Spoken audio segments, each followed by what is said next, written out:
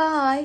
മഴയൊക്കെ പ്രമാണിച്ച് ഇപ്പോൾ എല്ലാവർക്കും അവധിയല്ലേ, പിള്ളേർക്കും എല്ലാം. അപ്പം ചേച്ചിക്കും ഇന്ന് പോകണ്ടായിരുന്നു കേട്ടോ. അപ്പോൾ ഞങ്ങളെല്ലാവരും കൂടെ വീടിൻ്റെ ഫ്രണ്ടിൽ കൂടെ നല്ലതായിട്ട് ഇങ്ങനെ വെള്ളം ഒഴുകുന്നുണ്ടായിരുന്നു. അപ്പോൾ കല്ലൊക്കെ ഇങ്ങനെ എടുത്ത് മാറ്റിയിടുമായിരുന്നേ. അപ്പം പിള്ളേർക്ക് ഇപ്പം 3-4 ദിവസമായിട്ട് അവധിയാണല്ലോ.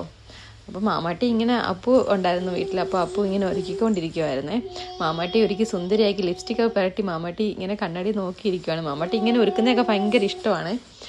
മിശുക്കുട്ടി ഒരുക്കാൻ നിൽക്കത്തേ ഇല്ല, അവളിങ്ങനെ ചാടിക്കൊണ്ടിരിക്കും. മാമാട്ടിക്ക് എന്ന മേക്കപ്പ് ഒക്കെ ചെയ്യുന്നത് ഭയങ്കര ഇഷ്ടമാണ്. വൈകുന്നേരമായപ്പം പുട്ടുണ്ടാക്കാൻ തുടങ്ങി. മില്ലറ്റിൻ്റെ പുട്ടുപൊടിയായിരുന്നു കേട്ടോ. പക്ഷേ എനിക്കൊരു അബദ്ധം പറ്റിപ്പോയി. അവർ എഴുതിയിട്ടുണ്ട് ഒരു ഗ്ലാസ്സിന് ഒരു പുട്ടുപൊടി 1 ഗ്ലാസ് എടുക്കുമ്പോൾ 1 ഗ്ലാസ് വെള്ളം ഒഴിക്കണം. പക്ഷെ ഞാൻ വെള്ളം ഒഴിച്ചപ്പോൾ കൂടിപ്പോയി എന്തോ. പിന്നെ ഒരു വിധത്തിൽ സെറ്റാക്കിയെടുത്തു.